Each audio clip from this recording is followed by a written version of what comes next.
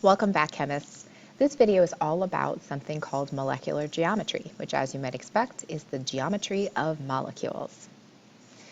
After this video, you should be able to basically explain why molecules will form certain shapes, and this all comes down to something called Vesper Theory.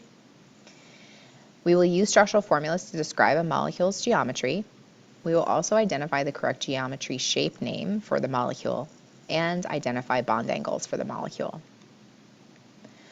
Molecular geometry is also referred to Vesper theory, in that Vesper basically says that electron pairs, both the shared and unshared, in the outermost energy level, will try to get as far apart from each other as possible. And it works under the premise that electrons are negatively charged, so when you have negative and negative, they are going to repel each other, and that's why it's called electron pair repulsion theory. When you have these electron pairs repelling each other, ultimately this will determine different shapes that the molecule will take. The first shape is the easiest one, linear. So you can have the case where you have simply two atoms. What you're seeing here is called a ball and stick model, where you have the two balls that represent the atoms and then a line in between indicates the bond. For example, with H2, that is the Lewis structure for hydrogen. That is a linear geometry or a linear shape. When you have three atoms, you would have the atoms all arranged in a line, just like you see here with bonds in between. The central atom must have no unshared pairs around it, because again, this works under the premise that electrons are negatively charged, negative and negative will repel, so therefore we would expect to see no unshared pairs in the central atom to repel the two atoms on either side. For example, something like carbon dioxide.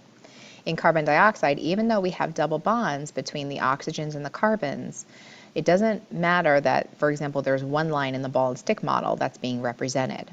The lines that you see here are just representing the double bond, but you treat it the same way as you see the ball and the stick model.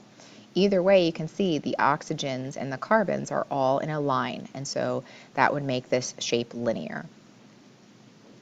Because it's a line, the bond angle is 180 degrees.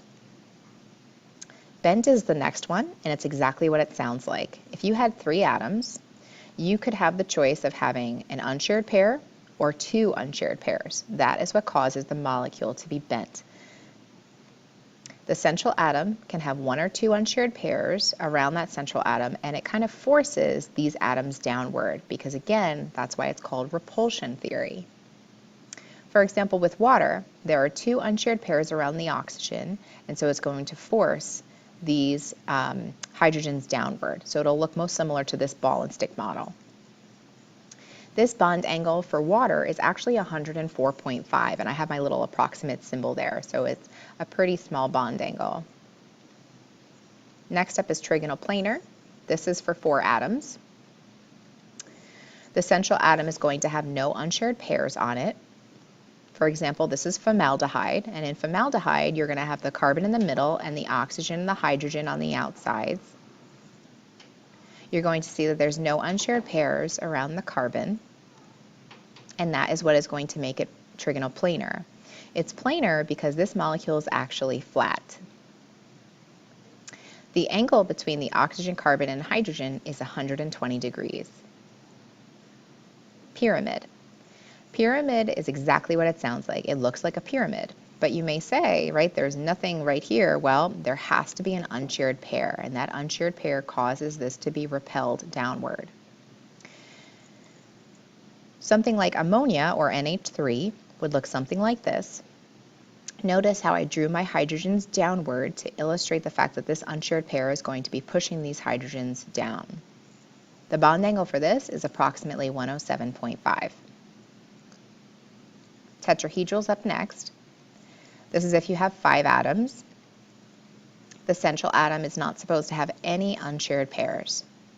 The most common example is methane. Methane has four hydrogens connected to it. There's no unshared pairs around the central atom, and so therefore, this is tetrahedral. Some students have a hard time remembering this one, so just think of tetra meaning like Tetris or four. The bond angle for this is 109.5. If you're interested, this bond angle is a little bit larger because it's theorized that the unshared pairs will take up bigger space. So if you remember in the last example with the pyramid shape, that bond angle was approximately 107.5. This is 109.5 because it's assumed that the bonded atom that electron region will take up less space. This shape is interesting. So if you're looking at this, it looks kind of funny. And again, it's hard because we're trying to depict a 3D object on a 2D surface, which our molecules are 3D. But if you notice, look at how many things are connected to that central atom. If you're saying, wait a minute, there's too many electrons, you'd actually be right. So this is an example of something that has something called an expanded octet. But it's important to note that the central atom has no unshared pairs for the trigonal bipyramidal shape. And the most common example is something like phosphorus pentafluoride. So for elements that are in the third period and higher, when you bond them to chlorine or fluorine, they will have something called an expanded octet. And so when this happens, that will be the Lewis structure. So you draw the Lewis structure the exact same way. The only difference is you'll have an extra pair of electrons on that central atom. And this particular molecule is special because you'll actually notice that there is a bond angle of 90 degrees between these three. However, if you go around the front here, like around the front of the molecule, again, if you can picture this in 3D, this would actually be a bond angle of 120. So here's a summary of all the different shapes that you learned. So this is linear. This is bent with the unshared pairs of electrons on the central atom. This is trigonal planar. This is pyramid. This is tetrahedral. And this is trigonal bipyramidal. As with all things in chemistry, as I'm sure you're learning, it takes practice. So make sure that you practice your Lewis structures because you need to make sure that you can draw the proper Lewis structures, and then you'll be able to draw the correct geometry. Good luck.